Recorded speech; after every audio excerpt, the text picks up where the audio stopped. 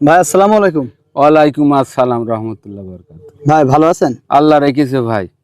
আপনার আর চেহারা দেখে বোঝা যাচ্ছে যে আপনি অনেক ভালো আছেন। আল্লাহ রেখেছে, আল্লাহ ভালোই রেখেছে আলহামদুলিল্লাহ। তো তা ভাই আপনার এখানে আমরা লক্ষ্য করছি যে প্রচুর পরিমাণে লাউ ধরেছে। আমি প্রত্যেকটা জায়গাতে ঘুরলাম, তো মোটামুটি হ্যাঁ, খুব লাউ সুন্দর আল্লাহ ধরেছে। পাকের ইচ্ছা হয়েছে, লাউ ভালোই হয়েছে। এর আগে প্রথম ছিল সিম, এই বানেই, তারপরে মিঠেপুল্লা, তারপরে আমি লাউ চাষ খুবই আমার একটা পছন্দসই বা আমার ভালো লাগে, তাই আমি করেছি। বা বাজারে নিয়ে যে কম বেশি হোক দাম হোক, বেচতে খুব ভালো হয়। তা এখন বাজার 20 টাকা 30 টাকা চলছে। 8 কাঠা জমি আছে, আর অন্য জায়গায়ও 8 কাঠা লাগাইছি, সেখানেও এই একই সাথে লাগানো। আচ্ছা, আপনার এটা কি জাতের লাউ?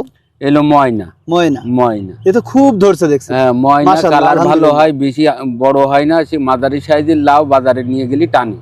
আচ্ছা, আমরা তো ব্যাপারে শীতের সময় লাউর চাহিদাটা দেখি, কিন্তু এখন গরমের সময় না, এই পরিমাণে ধর। গরমের সময় ওই পরিমাণে ধরে, শীতে মৌসুমি অনেক তরকারি ওঠে, বাজার যাতে একটু কম হয়। হুম, আর এখন যদি বর্ষা বাদলায় যদি ক্ষতিগ্রস্ত হয় তাহলে বাজার ভালো পাওয়া যায়, এখন লাভজনক। লাভজনক। লাভজনক।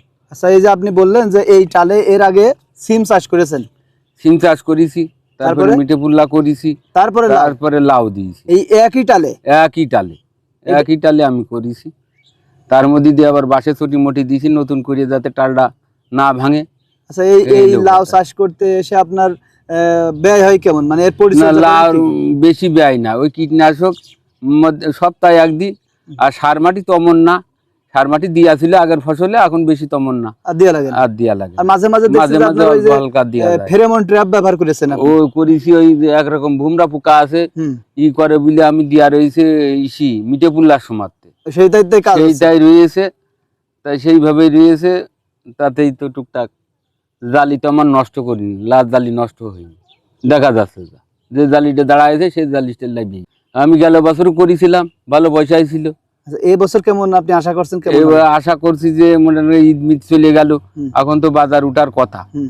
আশা করা যায় মনে হয় বাজার ভালো পাবো। এই 8 কাঠা এই জমি থেকে কত টাকার লাউ বিক্রি করার সম্ভাবনা আছে আপনার? সম্ভাবনা আছে, না আলু ধরেন যদি বাজার যদি আরো হাই ওঠে, হুম, ভালো বাজার পাওয়া যায়। গেল হুম। বছর বিক্রি করলাম 40 45 50 পর্যন্ত বিক্রি করলাম এক একটা লাভ।